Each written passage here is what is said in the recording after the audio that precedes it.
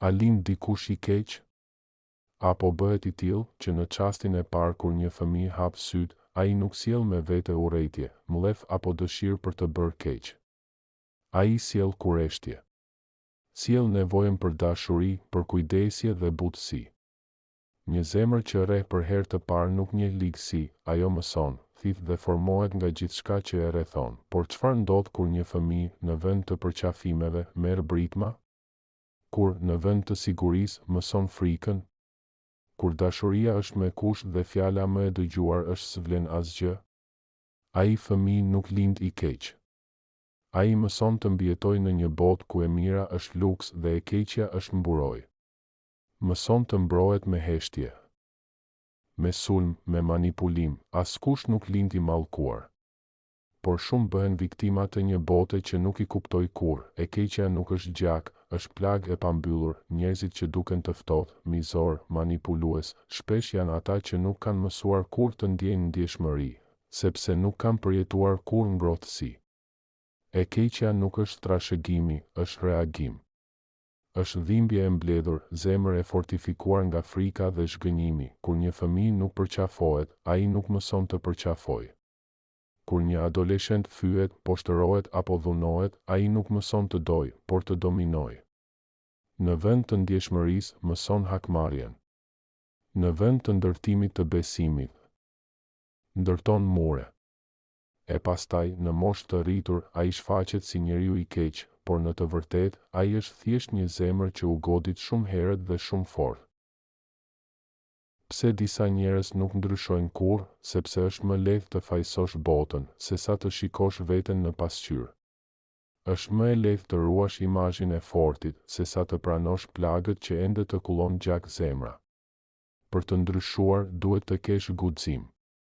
Dhe shumë njerëz e kanë humbur atë guxim që në fëmijëri, për disa, urrejtja është bërë identitet. E keqja është bërë mënyrë mbijetese. Të ndryshojnë do të thotë të zhveshin veten nga të gjitha mburojat, dhe kjo është tmerruese. Prandaj ata që ndryshojnë janë të rrallë, por të shenjtë. Si mund të ndryshojë një njeri i keq? Ndryshimi nuk vjen përmes një fjalie të bukur.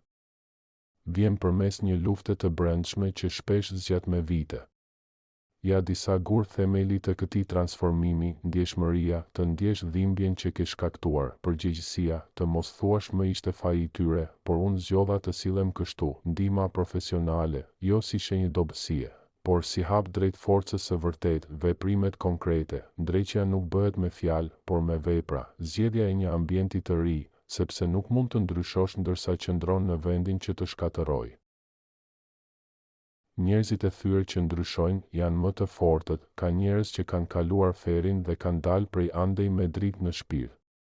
Ka të tjerë që janë përballur me errësirën e vetes dhe në vend që ta mohojnë, e kanë përqafuar dhe e kanë shndërruar në forcë. Këta nuk janë thjesht ish njerëz të këqij. Janë shembuj të jashtëzakonshëm të fuqisë së njeriut për të rilindur. Nëse ti ndihesh i keq, nëse e di se ke gabuar, nëse je lodhur duke pasur një zemër të ftohtë, dije këtë, nuk është kurrë vonë për të ndryshuar. Çdo njeri ka një dritare që hapet. Disa nuk e shohin kurrë. Disa zgjedhin ta shohin dhe të guxojnë të kalojnë në anën tjetër. Nëse një njeri të keq, mos e justifiko, por mos u bëj si ai. Mbaje distancën. Ruaj veten. Vendos kufi. Por nëse në syt e tij sheh një thërrime pendese, dije se ndoshta ai ka nevojë për një dritë që nuk e ka parë kurrë.